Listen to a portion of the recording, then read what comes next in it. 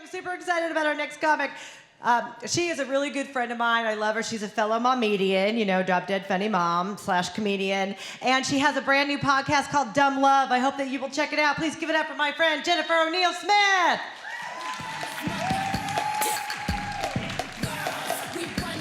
Thank you so much. Keep going for Heather.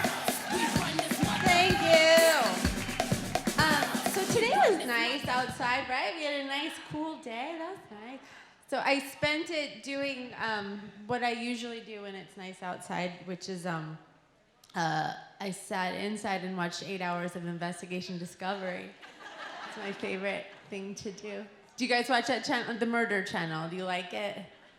No? Yes? Yes, there's always one person that's like, yes, I do. I love the Murder Channel. And my husband, he hates that I watch these shows, especially shows like Snapped and stuff, you know, where it's the women killing men. You know, he's pretty convinced I'm gonna murder him. I know, and I'm just like, dude, grow up. I don't want to murder you. I just want to solve your murder, you know?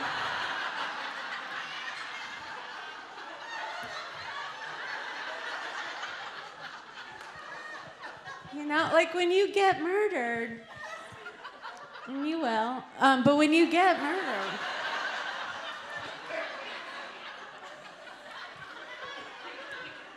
I'm gonna know all these really cool tricks and stuff from watching all these shows that I'm gonna be able to figure who your killer is, and you're welcome. I mean, it's probably gonna be the guy that I hired to kill me.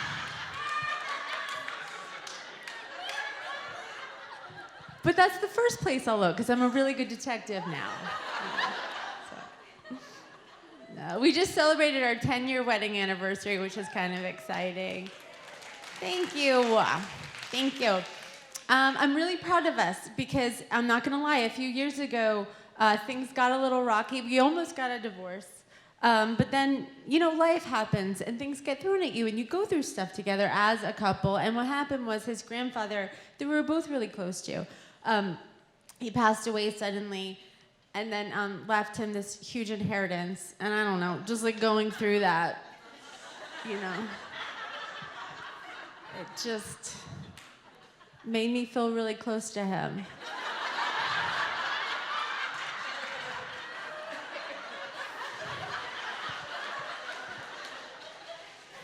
For some reason, I don't know.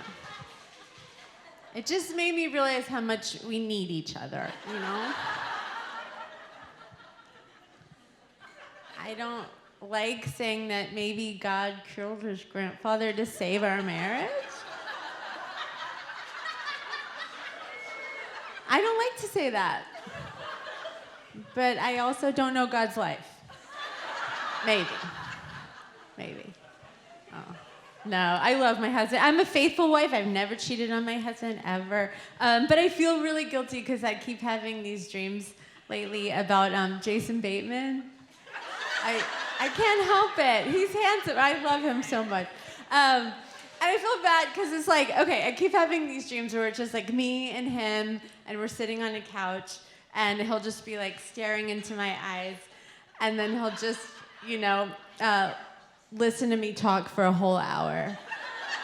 And that's it. And it's hot. It's really, like, I'm not one of those housewives that's horny for sex. I'm just horny for, like, baseline general interest in what I'm saying. That's all that I need. That's all that I want. I know, it's gotten really, I'm obsessed. I'll, like, Google pictures of his wife, and I'll just look at her, just like, oh my God, I bet he listens to you so hard. You're so lucky. And I have this other dream too. I'm embarrassed to admit it, but it's like, okay, I'm walking down the street, and then he's walking down the street, and then we'll lock eyes, and then I'll just kind of get all dizzy and I faint, and then I wake up and he just goes, "Are you okay?" And like that kind of care and concern, I don't get, like, okay. If I fainted in front of my husband, he would just be like, So does this mean I have to pick up the kids from soccer or what? You know? Like, we used to care when the other person got sick. Before we had kids, if one of us got sick, the other one would be like, oh no, I'm so sorry. Do you want me to take off of work? I'll bring you some soup or whatever. And now that we have kids, if one of us gets sick, the other one is just like, are you fucking kidding me right now?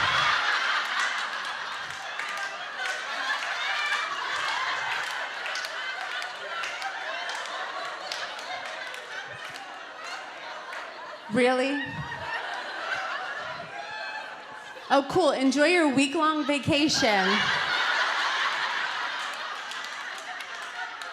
Well, I do everything. You selfish piece of shit.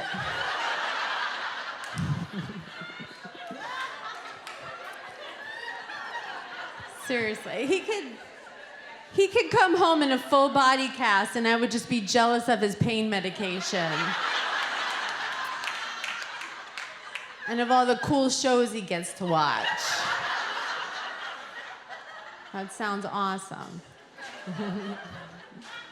We're in couples therapy, which is probably good for us. I love couples therapy. I think it's great. I love having a third party in the room to help like interject and mediate, and she'll guide us through discussions and stuff. It's cool because, you know, she'll chime in and she'll remind my husband to maybe, you know, take a step back and look at the big picture and think about all the things that I do for the family. And then, you know, she'll chime in and she'll remind me that, you know, yelling doesn't solve anything and maybe I need to keep my anger in check. You know, and then I'll chime in and I'll remind her that we're on my insurance plan. So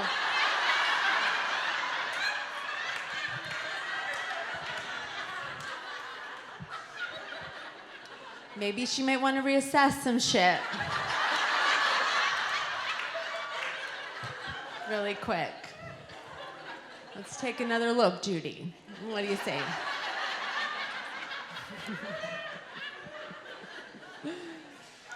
I apologize if my face might look a little weird. I just got a chemical peel the other day. Do you guys know what that is, a chemical peel? Yeah, it's when you go to the dermatologist because you have a rash on your elbow. And then the doctor is like, oh my God, look at your face.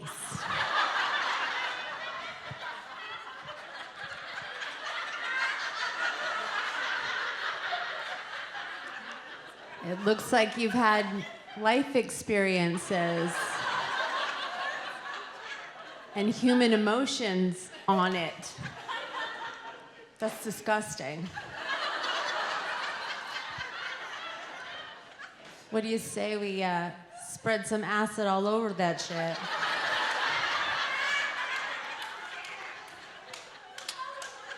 Let's peel that fucker off and get you a whole new face. How about that?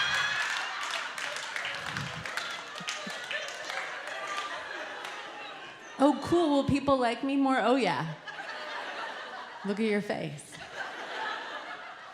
How much does it cost? All your money. All of it. But it's worth it, because holy shit, look at your face. So then I did it, and like basically over the course of a week, your face just kind of falls off in chunks into your soup. It's like chunky facial soup. And at the end, surprise, it was your face under there the whole time. It's a total scam. It's a total scam. I have a daughter, and I don't want her to like see me doing all these things, you know, like chemical peels and stuff. And so I worry about my daughter. I don't want her to like grow up with a complex. So I teach her all the time about self-love and body positivity and stuff. And I tell her like, listen, you're perfect, you're beautiful. There's nothing wrong with you. Even if there's something that you don't like about yourself, like learn to own it and wear it like a badge, because that's what makes you perfect. And she was like, oh, like how your teeth are crooked, but you smile anyways? It's like, yeah, fucking body positivity. I just said that. I don't know, like, she's 6, and I love her. I love my daughters. I do, I love her so much. I do, I love her. I do, but I don't know. Sometimes I just kind of feel like, you know, if we weren't related, we probably wouldn't be friends in real life. You know? Just saying. Like, she's mean and she's bossy and she's controlling. I don't know. I feel like if I were dating her, my friends would have already sat me down in a room and been like, what are you doing? This is a toxic relationship that you're in. Like, we don't like who you are when you're with her. And neither do I, but here we are. Here we are. The other day I woke up and I had all these red circles around all of my problem areas. And she was just standing at the foot of my bed with a Sharpie, like,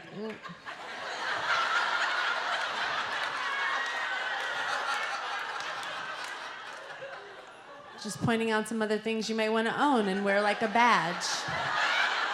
Oh.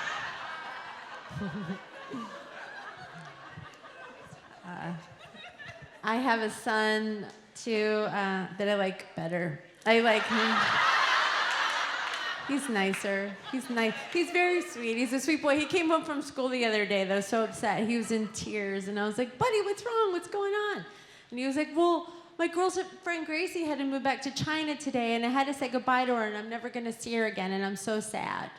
I was like, oh my God, that is so sad. That's heartbreaking. Tell you what I'm going to do. I'll see if I can find Gracie's mom, and I'll see if I can get her address in China, and you guys can write back and forth and be international pen pals. How about that?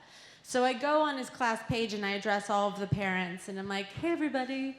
As you know, Gracie had to move back to China today. We're all really upset about it. What if the kids could get her address and they could all be pen pals, you know, yada yada, signed Sully's mom in parentheses, best mom ever. And then Gracie's mom finally wrote back. And she was like, oh, thanks, that's really nice of you. But we actually just moved to Alpharetta.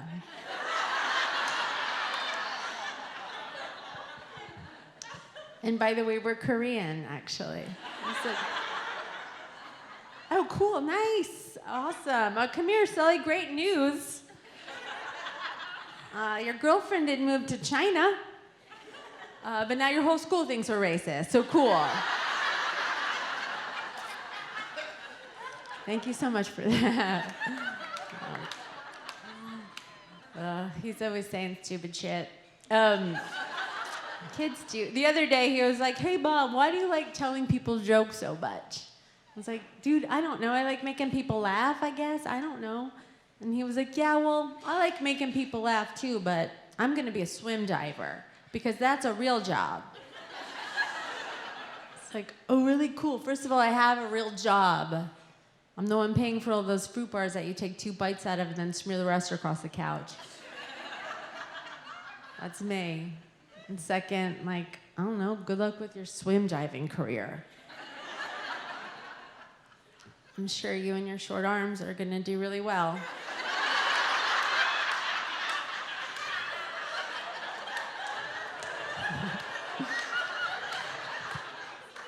See you at the Olympics. No, I really do love being a mom. I make fun of them because I love them so much it hurts.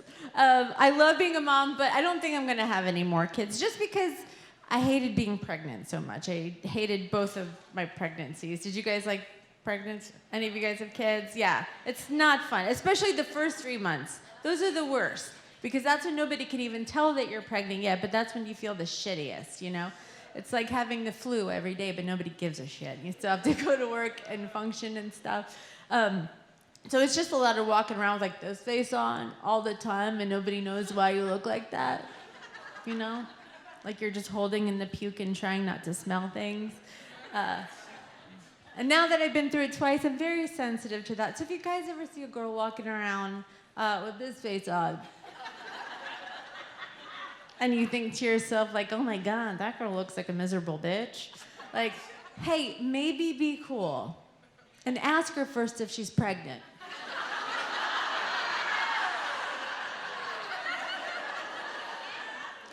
Because I will tell you this, miserable bitches love it when strangers walk up to them and ask them if they're pregnant. Just give that a shot. Thank you guys so much. I'm Jen O'Neill Smith. Thank you.